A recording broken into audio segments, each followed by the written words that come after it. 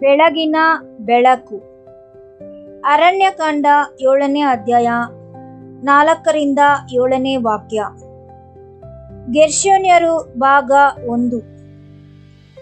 ಅರಣ್ಯಕಾಂಡ 7ನೇ ಅಧ್ಯಾಯದ ಮುಂದುವರಿದ ಭಾಗದಲ್ಲಿ ಇಸ್ರಾಯೇಲಿನ ನಾಯಕರು ದೇವರೆದುರು ಗಾಡಿಗಳನ್ನು ಮತ್ತು ಎತ್ತುಗಳನ್ನು ಬೆಲೆಬಾಳುವ ಸ್ವೇಚ್ಛಾರ್ಪಣೆಗಾಗಿ ತಂದರು. ಆಗ ದೇವರು ಮೋಶೆಯೊಂದಿಗೆ ಮಾತನಾಡಿ ಒಂದು ಸ್ಪಷ್ಟವಾದ ಸೂಚನೆಯನ್ನು ನೀಡಿದನು. ಅವರ ಉಡುಗೊರೆಗಳನ್ನು ಸ್ವೀಕರಿಸಿ ಮತ್ತು ಈ ಗಾಡಿ ಹಾಗೂ ಎತ್ತುಗಳನ್ನು ದೇವದರ್ಶನ ಗುಡಾರವನ್ನು ಸಾಗಿಸುವ ಕೆಲಸಕ್ಕಾಗಿ ಬಳಸಿರಿ. ಅವು ಕೇವಲ ಪ್ರದರ್ಶನದ ವಸ್ತುಗಳಾಗಿ ಇರಬಾರದಾಗಿದ್ದು ಅವು ಸೇವೆಯ ಸಾಧನಗಳಾಗಬೇಕಿತ್ತು. ಪ್ರತಿಯೊಂದು ಗುಂಪು ಮಾಡಬೇಕಾದ ಕೆಲಸಕ್ಕೆ ಅನುಗುಣವಾಗಿ ಅವುಗಳನ್ನು ಲೇವಿಯರ ನಡುವೆ ಹಂಚುವಂತೆ ದೇವರು ಮೋಶೆಗೆ ತಿಳಿಸಿದನು. ಜನರು ಕೊಟ್ಟಾಗ ಮಾತ್ರ ದೇವರು ಸಂತೋಷ ಪಡುವುದಿಲ್ಲ. ಕೊಟ್ಟದನ್ನು ಬುದ್ಧಿವಂತಿಕೆಯಿಂದ ಕ್ರಮಬದ್ಧವಾಗಿ ಮತ್ತು ಸರಿಯಾದ ಉದ್ದೇಶಕ್ಕಾಗಿ ಬಳಸಿದಾಗಲೂ ಆತನು ಪ್ರಸನ್ನನಾಗುತ್ತಾನೆ ಎಂದು ಇದು ನಮಗೆ ತೋರಿಸುತ್ತದೆ. ಅರ್ಪಣೆಯು ಕಾರ್ಯರೂಪಕ್ಕೆ ಬರುತ್ತದೆ, ಆರಾಧನೆಯು ಸೇವೆಗಾಗಿ ಬದಲಾಗುತ್ತದೆ. ಹೀಗೆ ಮೋಶೆಯು ಗಾಡಿಗಳನ್ನು ಮತ್ತು ಎತ್ತುಗಳನ್ನು ತೆಗೆದುಕೊಂಡು ಲೇವಿಯರಿಗೆ ನೀಡಿದನು. ಲೇವಿಯರು ಒಂದು ಕೆಲಸವನ್ನು ಮಾಡುವ ಒಂದೇ ಗುಂಪಿನವರಾಗಿರಲಿಲ್ಲ. ದೇವರು ಅವರ ಸೇವೆಯನ್ನು ಬಹಳ ಎಚ್ಚರಿಕೆಯಿಂದ ವಿಂಗಡಿಸಿದನು. ಪ್ರತಿ ಕುಟುಂಬದ ಪೀಳಿಗೆಗೆ ತನ್ನದೇ ಆದ ಹೊರೆ, ಜವಾಬ್ದಾರಿ ಮತ್ತು ಮಿತಿಗಳಿದ್ದವು. ಅರಣ್ಯಕಾಂಡ 7ರಲ್ಲಿ ನಾವು ದೇವರ ನ್ಯಾಯ ಮತ್ತು ಜ್ಞಾನವನ್ನು ಕಾಣುತ್ತೇವೆ. ಆತನು ಎಲ್ಲರಿಗೂ ಒಂದೇ ರೀತಿಯ ಸಂಪನ್ಮೂಲಗಳನ್ನು ನೀಡಲಿಲ್ಲ. ಆತನು ಹೊರಬೇಕಾದ ಹೊರೆಗೆ ಅನುಗುಣವಾಗಿ ನೀಡಿದನು, ಕೆಲಸಕ್ಕೆ ಅನುಗುಣವಾಗಿ ನೀಡಿದನು. ಪ್ರತಿ ಗುಂಪು ಏನನ್ನು ಹೊರಲು ಕರೆಯಲ್ಪಟ್ಟಿದೆಯೋ ಅದಕ್ಕೆ ತಕ್ಕಂತೆ ನೀಡಿದನು. ಮೊದಲನೆಯದಾಗಿ ಮೋಶೆಯು ಗೆರ್ಷೋನ್ಯರ ವಿಭಾಗಕ್ಕೆ ಅವರ ಕೆಲಸಕ್ಕಾಗಿ 2 ಗಾಡಿಗಳನ್ನು ಮತ್ತು 4 ಎತ್ತುಗಳನ್ನು ನೀಡಿದನು. ಗೆರ್ಷೋನ್ಯರು ಲೇವಿಯ ಚೊಚ್ಚಲ ಮಗನಾದ ಗೆರ್ಷೋನನ ವಂಶಸ್ಥರು. ಅವರ ಕೆಲಸವು ದೇವದರ್ಶನ ಗೂಡಾರದ ಬಟ್ಟೆಯ ಭಾಗಗಳಿಗೆ ಸಂಬಂಧಿಸಿತ್ತು. ಅಂದರೆ ಹೊದಿಕೆಗಳು, ಪರದೆಗಳು, ಅಡ್ಡ ತೆರೆಗಳು ಮತ್ತು ದೇವರ ನಿವಾಸದ ಸುತ್ತ ಗೋಚರಿಸುವ ರಚನೆಯನ್ನು ರೂಪಿಸುವ ಎಲ್ಲ ಬಟ್ಟೆ ಸಾಮಗ್ರಿಗಳು ಅವರ ಜವಾಬ್ದಾರಿಯಾಗಿದ್ದವು. ಅವರ ಈ ಸ್ಪರ್ಶುಣೆಯ ಸಣ್ಣ ಕೆಲಸವಾಗಿರಲಿಲ್ಲ. ಬಟ್ಟೆ ಎಂದಾಕ್ಷಣ ಅದು ಹಗುರವೆಂದು ಅನ್ನಿಸಬಹುದು. ಆದರೆ ಆ ಹೊದಿಕೆಗಳು ಎಷ್ಟು ದೊಡ್ಡದಾಗಿದ್ದವು, ಎಷ್ಟು ದಪ್ಪಾಗಿದ್ದವು, ಎಷ್ಟು ಪದರಗಳನ್ನು ಹೊಂದಿದ್ದವು ಮತ್ತು ಪ್ರಯಾಣಕ್ಕಾಗಿ ಪ್ಯಾಕ್ ಮಾಡಿದಾಗ ಅವು ಎಷ್ಟು ಜಾಗವನ್ನು ಆಕ್ರಮಿಸಿದವು ಎಂಬುದನ್ನು ನಾವು ನೆನಪಿಸಿಕೊಳ್ಳಬೇಕು. ಗೆರ್ಷೋನ್ಯರು ಗೂಡಾರದ ಒಳಗಿನ ರಚನೆಯನ್ನು ರೂಪಿಸುವ ಮುಖ್ಯ ಪರದೆಗಳನ್ನು, ಗೂಡಾರದ ಮೇಲಿರುವ ಹೊದಿಕೆಗಳನ್ನು, ಗೂಡಾರದ ಪ್ರವೇಶದ್ವಾರದ ಪರದೆಗಳನ್ನು, ಹೊರಾಂಗಣ ಅಂಗಳದ ಅಡ್ಡತೆರೆಗಳನ್ನು, ಅಂಗಳದ ಬಾಗಿಲಿನ ಪರದೆಗಳನ್ನು ಮತ್ತು ಈ ಹೊದಿಕೆಗಳು ಹಾಗೂ ಅಡ್ಡತೆರೆಗಳು ಭದ್ರಪಡಿಸಲು ಬಳಸುವ ಹಗ್ಗಗಳನ್ನು ಹೊರಬೇಕಾಗಿತ್ತು. ಸರಳವಾಗಿ ಹೇಳುವುದಾದರೆ ಹೊದಿಕೆಗಳು ಮತ್ತು ಬಟ್ಟೆಗಳಿಗೆ ಸಂಬಂಧಿಸಿದ ಪ್ರತಿಯೊಂದು ಗೆರ್ಷೋನ್ಯರು ನಿರ್ವಹಿಸುತ್ತಿದ್ದರು. ಪವಿತ್ರವಾದ ದೇವರ ನಿವಾಸವನ್ನು ಸಂರಕ್ಷಿಸುವುದು, ಮುಚ್ಚುವುದು ಮತ್ತು ಸುತ್ತುವರಿದು ಅವರ ಕರೆಯಾಗಿತ್ತು. ದೂರದಿಂದ ಜನರಿಗೆ ಕಾಣಿಸುವ ಭಾಗಗಳನ್ನು ಅವರು ಹೊರುತ್ತಿದ್ದರು. ಪವಿತ್ರ ಸ್ಥಳವನ್ನು ಮರೆಮಾಚುವ ವಸ್ತುಗಳನ್ನು ಅವರು ಹೊರುತ್ತಿದ್ದರು. ಆರಾಧನೆಯ ಗಡಿಗಳನ್ನು ರೂಪಿಸುವ ವಸ್ತುಗಳನ್ನು ಅವರು ಹೊರುತ್ತಿದ್ದರು.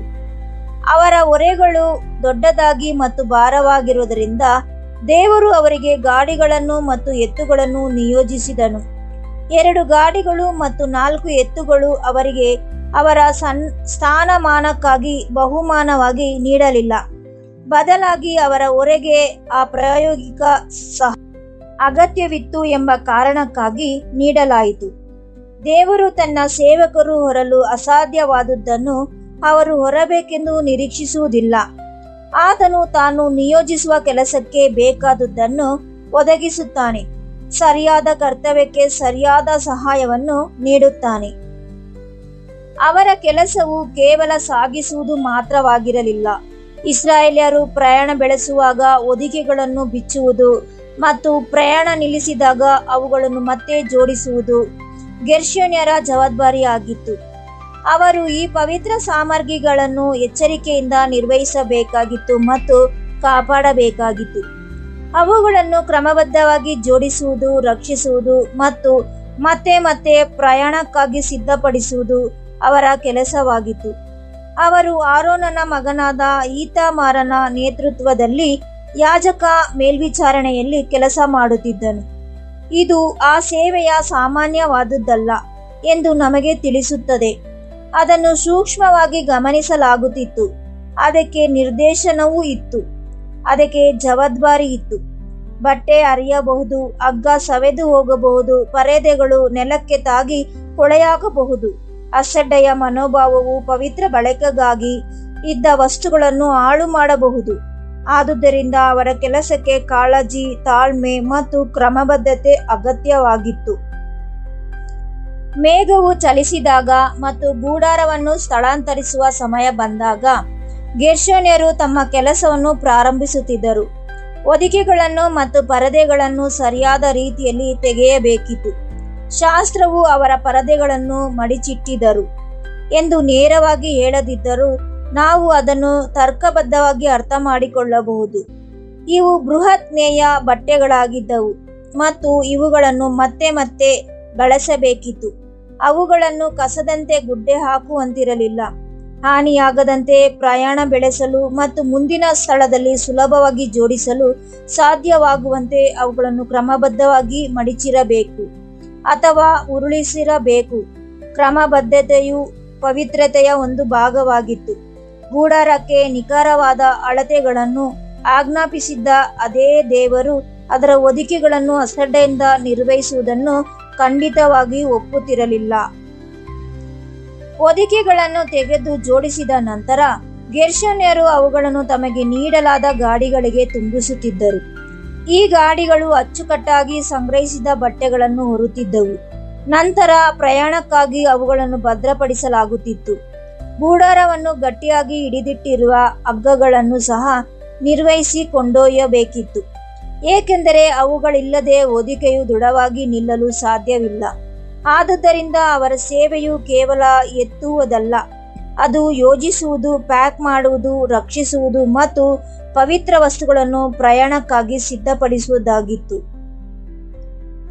ಅರಣ್ಯಕಾಂಡ 7ರ ಈ ಭಾಗವು ಕೇವಲ ಸಾಗಾಣಿಕೆಯ ವ್ಯವಸ್ಥೆಯಂತೆ ಕಾಣಿಸಬಹುದು, ಆದರೆ ಇದು ದೇವರ ಬಗ್ಗೆ ಒಂದು ಸುಂದರವಾದ ಸತ್ಯವನ್ನು ಬಹಿರಂಗಪಡಿಸುತ್ತದೆ. ದೇವರು ತನ್ನ ಮನೆಯ ಪ್ರತಿಯೊಂದು ವಿವರದ ಬಗ್ಗೆಯೂ ಕಾಳಜಿ ವಹಿಸುತ್ತಾನೆ. ಪ್ರತಿಯೊಂದು ಭಾಗವನ್ನು ಗೌರವದಿಂದ ಹೊರಬೇಕೆಂದು ಆತನು ಬಯಸುತ್ತಾನೆ.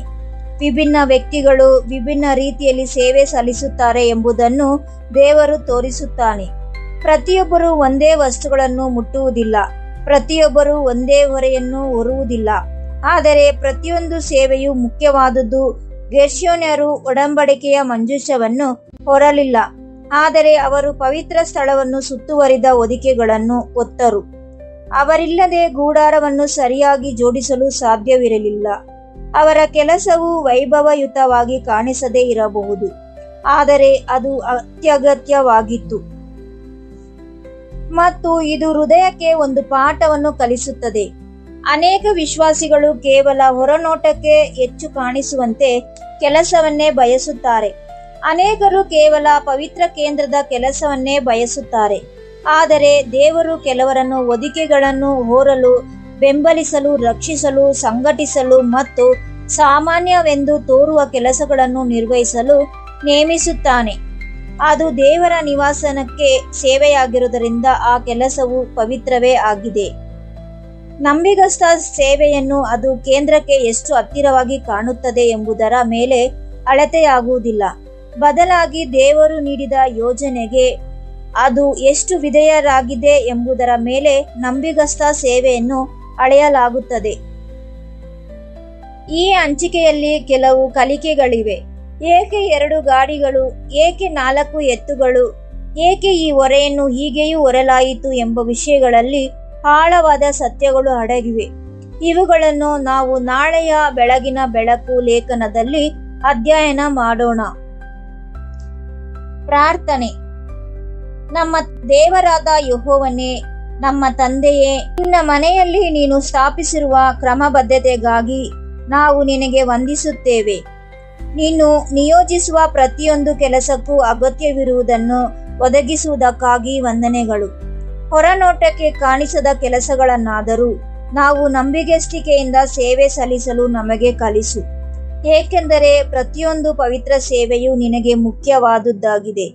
ಹೊದಿಕೆಗಳನ್ನು ಹೊತ್ತ ಗೆರ್ಷೋನ್ಯರಂತೆ ನಮಗೂ ಜಾಗರೂಕ ಕೈಗಳನ್ನು, ತಾಳ್ಮೆಯ ಹೃದಯವನ್ನು ಮತ್ತು ವಿಧೇಯತೆಯನ್ನು, ಆತ್ಮವನ್ನು ದಯಪಾಲಿಸು. ಪವಿತ್ರವಾದುದನ್ನು ಗೌರವಿಸಲು, ನಿನ್ನ ಕೆಲಸವನ್ನು ಭಕ್ತಿಯಿಂದ ನಿರ್ವಹಿಸಲು ಮತ್ತು ನೀನು ನಮಗಾಗಿ ನೇಮಿಸಿದ ಹಾದಿಯಲ್ಲಿ ನಡೆಯಲು ನಮಗೆ ಸಹಾಯ ಮಾಡು. ಕ್ರಿಸ್ತನ ಹೆಸರಿನಲ್ಲಿ ಬೇಡುತ್ತೇವೆ ನಮ್ಮ ತಂದೆಯೇ, ಆಮೇನ್.